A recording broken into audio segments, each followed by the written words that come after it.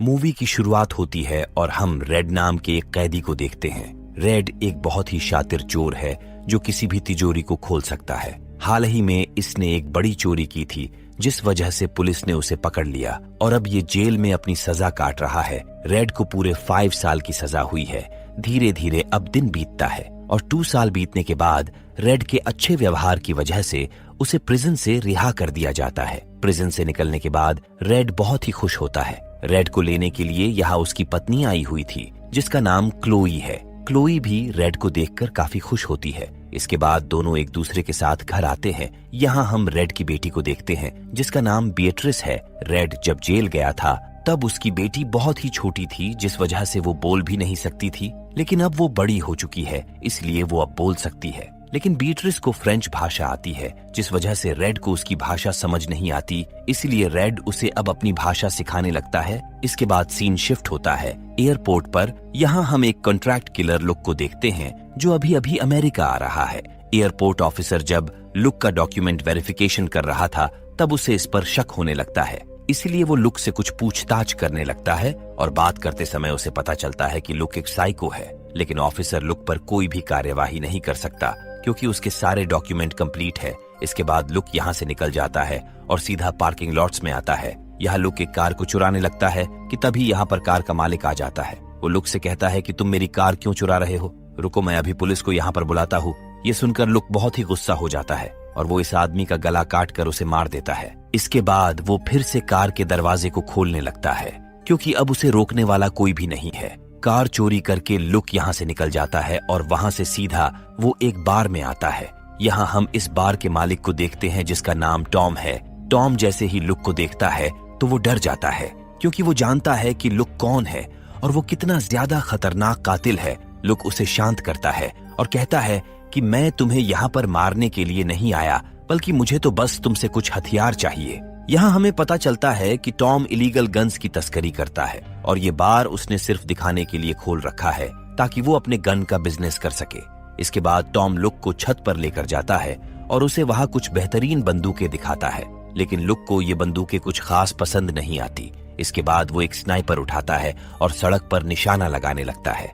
देखते ही देखते लुक एक आदमी को शूट कर देता है, लेकिन उसे इस बात का अफसोस नहीं होता कि उसने अभी अभी एक बेकसूर इंसान को मारा है। ये देखकर टॉम और भी ज्यादा डरने लगता है। लुक कहता है कि मुझे यही गन चाहिए। इसके बाद लुक जब वापस बार में आता है तब हम यहाँ पर टॉम के कुछ दोस्तों को देखते हैं। वो लोग लुक को देखकर उसका मजाक उड़ाने लगते हैं क्योंकि उन्हें पता नहीं होता कि लुक कितना ज्यादा खतरनाक आदमी है। उनकी बातें सुनकर लुक का गुस्सा बढ़ने लगता है और वो अपनी गन निकालकर टॉम के दोस्तों को मारने लगता है। इन सारी चीजें देखकर टॉम समझ जाता है कि लुक अब उसे भी मार देगा, इसलिए वो जल्दी से अपनी शूट गन को निकालता है। लेकिन लुक ये देख लेता है जिस वजह से वो टॉम को भी मार देता है। लुक यहाँ मौजूद सारा हथियार लेकर यहाँ से निकल जाता है क्योंकि अभी उसे अपने एक सबसे खास दुश्मन को मारना है।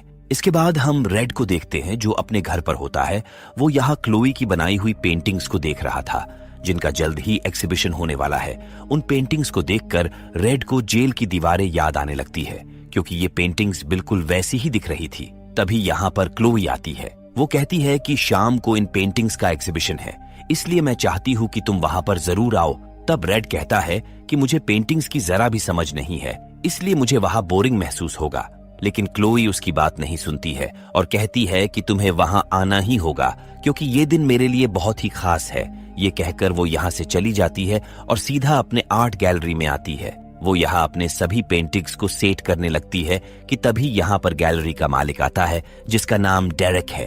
वो क्लोई को अपने ऑफिस में लेकर जाता है और वो क्लोई से अपने प्यार का इजहार करता है और कहता है कि मैं तुम्हें बहुत ही ज्यादा पसंद करता हूँ और मैं तुमसे शादी करना चाहता हूँ। ये कहकर वो उसे टच करने लगता है, लेकिन क्लोई उसे डांटती है और कहती है कि शायद तुम नहीं जानते कि मेरा पति कौन है और अगर उसे ये बात पता चली कि तुम मुझे परेशान कर रहे थे तो वो तुम्हें जिंदा नहीं छोड़ेगा। क्लोई की बात सुनकर डेरेक काफी गुस्सा हो जाता है और कहता कि मुझसे पंगा लेना तुम्हारे लिए काफी भारी होगा। मैंने तुम्हारी पेंटिंग्स के ऊपर ढेर सारा पैसा खर्च किया है, इसलिए अगर शाम तक तुम्हारी सारी पेंटिंग्स नहीं बिकी तो तुम्हें मुझे वो सारे पैसे लौटाने होंगे जो मैंने तुम्हारी पेंटिंग्स में लगाए हुए हैं, वरना मैं तुम्हारे ऊपर केस कर दूंगा। ये सुनकर क्लोई काफी परेशान हो जाती है और कहती है कि मैं इतने सारे पैसे कहां से लाऊंगी। इसके बाद हम रेड को देखते हैं जो अपने एक दोस्त लीरॉय के पास आता है। लीरॉय एक दुकान को चलाता है। लीरॉय और रेड पहले एक साथ मिलकर चोरी किया करता था और जेल जाने से पहले ही दोनों ने मिलकर पूरे $5 लाख की चोरी की थी और वो सारे के सारे पैसे बॉन्ड्स के रूप में थे, जिस वजह से उन पैसों को कोई भी ट्रेस नहीं सकता। रेड यहाँ पर पैसों के लिए आया हुआ था। दोनों बात कर रहे थे कि तभी यहाँ पर एक आदमी आता है जिसका नाम अर्नेस्टो है। अर्नेस्टो एक पुलिस ऑफिसर है और उसी की सिफारिश की वजह से रेड को जेल से छोड़ा गया है। अर्नेस्टो काफी दिन से रेड का पीछा कर रहा है क्योंकि उसे रेड पर शक है। वो यहाँ रेड को वार्निंग भी देता है और कहता है कि तुम पैरोल पर छोड़ गए हो, इसलिए तुम किसी भी समय जेल में वापस जा सकते हो। ये कहकर वो रेड की तलाशी लेने लगता है क्योंकि उसे लग रहा था कि शायद रेड के पास ड्रग्स या फिर हथियार है। लेकिन तलाशी लेने के बाद अर्नेस्टो को कुछ भी नहीं मिलता, इसलिए वो रेड को छोड़कर यहाँ से चला जाता है। अर्नेस्टो को यहाँ से जाने के बाद लीरॉय एक दरवाजे को खोलता है, जिसके बाद वो रेड को लेकर बेसमेंट में आता है। यहाँ पर एक बड़ा सा सेफ होता है। लीरॉय कहता है कि हमने जिन बॉन्ड्स को चुराया था वो सारे बॉन्ड्स इस सेफ में सुरक्षित है और मैं चाहता हूँ कि इस सेफ को तुम खोलो, क्योंकि ये सेफ बिल्कुल वैसा ही है जैसा तुमने बैंक में खोला था। इसलिए मैं देखना चाहता हूँ कि क्या तुम्हारे अंदर अभी भी वो काबिलियत है या नहीं। ये सुनकर रेड इस सेफ को खोलने लगता है, लेकिन बहुत कोशिश करने के बाद भी वो उसे नहीं खोल पाता क्योंकि ये 2 साल तक जेल में था और उतने दिनों से इसकी प्रैक्टिस छूट चुकी है, इसलिए वो इस सेफ को नहीं खोल पाता। लीरॉय कहता है कि तुम परेशान मत हो, तुम्हारी केवल प्रैक्टिस छुटी है, लेकिन मुझे यकीन है कि कुछ ही दिनों में तुम सेफ को दोबारा से खोलना शुरू कर दोगे। ये कहकर लीरॉय अपनी चाबी से सेफ को खोल देता है और रेड को सारे बॉन्ड्स दिखाता है। इसके बाद हम आर्ट गैलरी को देखते हैं जहां रेड अपने दोस्त लीरॉय के साथ आया हुआ था। इन्हें यहाँ देखकर क्लोई काफी खुश होती है। यहाँ हम अर्नेस्टो को भी देखते हैं जो इस आर्ट एग्जीबिशन में आया हुआ था।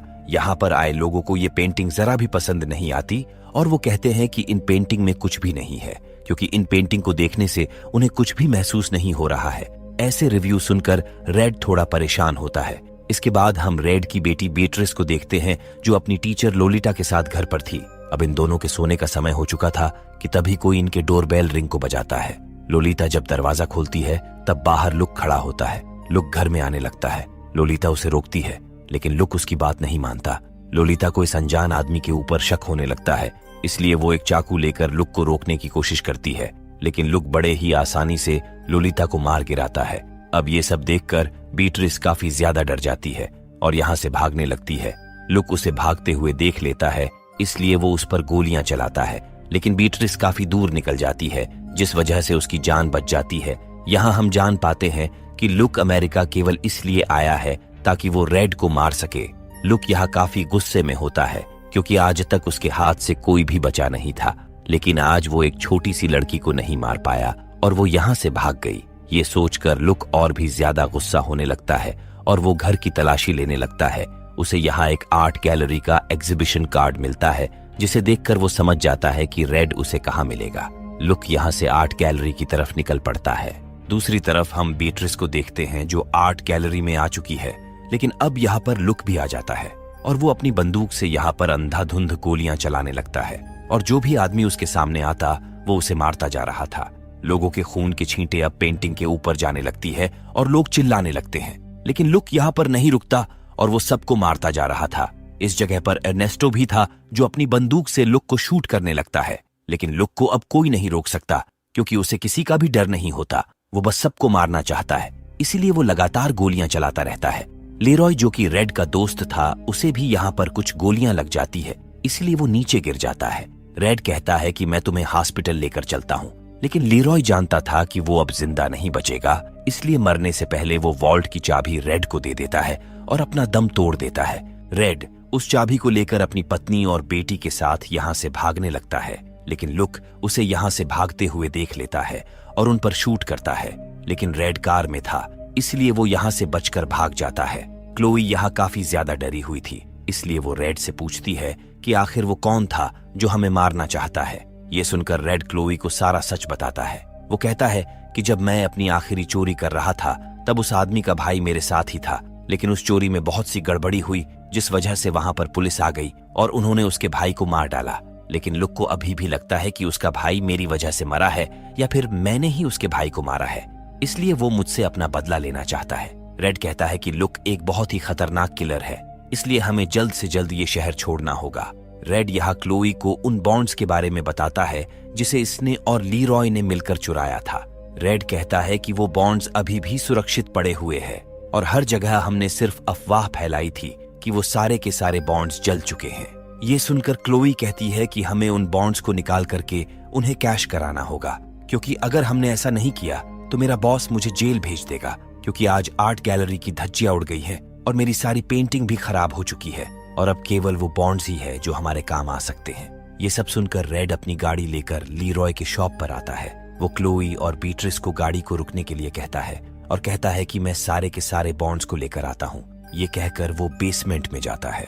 अब कार में बैठकर क्लोई रेड का इंतजार कर रही थी कि तभी यहाँ पर लुक आता है और वो बीट्रिस पर बंदूक का पॉइंट कर लेता है। लुक उन दोनों को बेसमेंट में लेकर जाता है। रेड ने यहाँ सारे बॉन्ड्स को निकाल लिए होते हैं, लेकिन वो जब यहाँ लुक को देखता है तब वो समझ जाता है कि लुक अब किसी को भी जिंदा नहीं छोड़ेगा। इसीलिए वो लुक से कहता है कि तुम ये सारे के सारे बॉन्ड्स को ले लो और चाहे तो तुम मुझे भी मार दो, लेकिन मेरी पत्नी और बेटी को छोड़ दो। ये सुनकर लुक कहता है कि तुम बॉन्ड्स की बात मत करो, वैसे भी तुम्हें मारने के बाद मैं उसे ले ही लूंगा। लुक की बात सुनकर रेड समझ जाता है कि उसके साथ अब क्या होने वाला है, इसलिए वो उससे बचने की तरकीब सोचने लगता है। लेकिन तभी लुक अपनी बंदूक से रेड को शूट करता है। बीट्रिस रेड के पास ही थी। अपनी बेटी को बचाने के चक्कर में वो उसे वॉल्ट के अंदर कर देता है, जिसके बाद लुक उस वॉल्ट को लॉक कर देता है ताकि वो लड़की अंदर ही घूंट घुट के मर सके, क्योंकि वो जानता था कि वो लड़की अंदर ज्यादा देर तक सांस नहीं ले पाएगी और जल्द ही मर जाएगी। क्लोई यहाँ लुक से बचकर भागने लगती है, लेकिन लुक उसे देख लेता है और उसके पीछे जाता है। कुछ दूर जाने के बाद लुक उसे पकड़ लेता है और उसके सिर पर हमला करके उसे बेहोश कर देता है। उधर हम रेड को देखते हैं, जो कि अभी भी जिंदा है और जो गोली लुक ने उस पर चलाई थी वो गोली वॉल्ट के चाबी में लगी थी, जिसे लीरॉय ने उसे दिया था। रेड यहाँ खड़ा होता है और उस वॉल्ट को खोलने लगता है, लेकिन उस गोली को लगने से वॉल्ट की चाबी टेढ़ी हो गई थी, जिस वजह से रेड चाबी से वॉल्ट को नहीं खोल पाता। वो बीट्रिस को समझाता है और कहता है कि तुम घबराओ मत, मैं तुम्हें जल्द ही वहां से बाहर निकाल लूंगा। दोनों बात कर ही रहे थे कि तभी यहाँ पर लुक आ जाता है और वो रेड से लड़ने लगता है। इस दोनों के बीच यहाँ फाइट होती है। लुक यहाँ अपनी बंदूक निकल लेता है और वो रेड को मारने ही वाला था कि तभी यहाँ पर अर्नेस्टो आ जाता है और वो लुक पर बंदूक को पॉइंट कर लेता है। लेकिन लुक किसी से भी नहीं डरता, इसलिए वो अर्नेस्टो की तरफ आने लगता है। ये देखकर अर्नेस्टो उस पर गोलियां चलाने लगता है, जिस वजह से वो नीचे गिर जाता है। लुक समझ चुका था कि वो अब यहाँ पर जिंदा नहीं बचेगा, इसलिए वो 2 बॉम्ब निकालता है ताकि वो अपने साथ साथ इन सबको यहाँ मार सके। वो बॉम्ब का ट्रिगर खींच देता है, जिस वजह से यहाँ पर ब्लास्ट होता है, लेकिन ब्लास्ट ज्यादा बड़ा नहीं होता, जिस वजह से केवल लुक ही यहाँ पर मारा जाता है और बाकी के लोग जिंदा बच जाते हैं। लेकिन यहाँ पर जितने भी बॉन्ड्स थे वो सभी जल चुके थे। रेड देखता है कि उसकी बेटी अभी भी उस वॉल्ट के अंदर ही है, इसलिए वो जल्दी से वॉल्ट को खोलने लगता है। वो जानता था कि उसके पास चाबी नहीं है, इसीलिए वो अपनी स्किल का इस्तेमाल करके उस वॉल्ट को खोलने लगता है। कुछ देर कोशिश करने के बाद वो इस वॉल्ट को खोल ही लेता है और अपनी बेटी को उसमें से बाहर निकालता है। रेड जानता था कि अर्नेस्टो अब उसे गिरफ्तार कर लेगा, इसीलिए वो खुद ही अरेस्ट कर देता है। लेकिन अर्नेस्टो कहता है कि तुमने कुछ भी गलत नहीं किया है और मुझे पता है कि यहाँ पर क्या हो रहा था, इसीलिए मैं पुलिस को कुछ भी नहीं बताऊंगा और इसमें तुम्हारी कोई भी गलती नहीं है, इसीलिए तुम यहाँ से चले जाओ और मेरी फिक्र मत करो। मैंने लुक जैसे एक बड़े कॉन्ट्रैक्ट किलर को मारा है, जिस वजह से मेरी प्रमोशन हो जाएगी। इसके बाद रेड अपने फैमिली के साथ यहाँ से निकल जाता है और घर आने के बाद वो लोग फिर से उदास हो जाते हैं, क्योंकि सारे के सारे बॉन्ड्स जल चुके हैं और अब इनके पास जरा भी पैसे नहीं है। क्लोई की सारी पेंटिंग भी खराब हो चुकी थी, इसलिए ये लोग उदास बैठे हुए थे। तभी इनके घर पर आर्ट गैलरी का ओनर डेरेक आता है, जो इन्हें बताता है कि क्लोई ने जिन पेंटिंग को बनाया था वो सारे पेंटिंग एग्जीबिशन में बिक गए। पहले जो पेंटिंग लोगों को पसंद नहीं आ रही थी, वही पेंटिंग बाद में सारे लोगों को अच्छी लगने लगी, क्योंकि उस पर खून के छींटे पड़े हुए थे, जिससे लोगों को वो पेंटिंग जिंदा लगने लगी। इसलिए एक ही दिन में वो सारी की सारी पेंटिंग लोगों ने खरीद ली और उसे बेचकर इन्होंने पूरे $3 लाख कमाए हैं और ये सारे पैसे अब क्लोई के हैं। इतने पैसे पाकर सब लोग काफी खुश होते हैं, क्योंकि इतने पैसों से ये लोग अपनी जिंदगी की अब नई शुरुआत कर सकते हैं और रेड को अब कोई गलत काम करने को जरूरत नहीं है। और डेरेक भी समझ चुका था कि वो प्यार के लिए किसी को फोर्स नहीं कर सकता, क्योंकि क्लोई अपने पति से बहुत प्यार करती है। इसी के साथ मूवी यहीं पर एंड हो जाती है।